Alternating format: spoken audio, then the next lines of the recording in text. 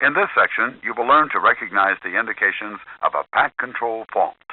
You will also learn to reset the system following this malfunction. While in flight, these indications appear. Now touch the right pack reset switch to cancel the pack in op light and reset the pack. Correct. In this case, pressing the right pack reset switch does not reset the system.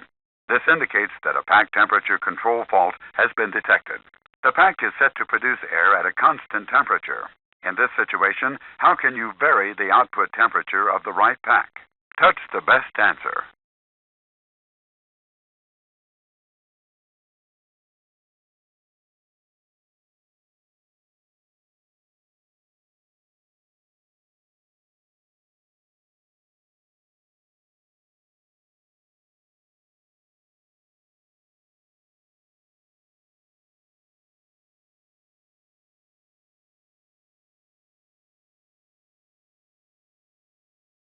Correct.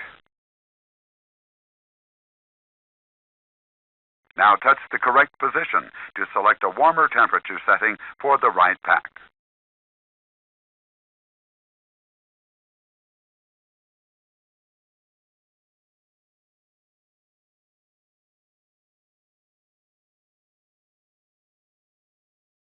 Correct.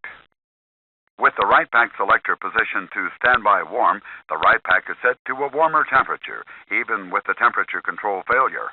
The right pack in op light goes out, and the ICAS advisory message disappears when the pack selector is positioned to standby.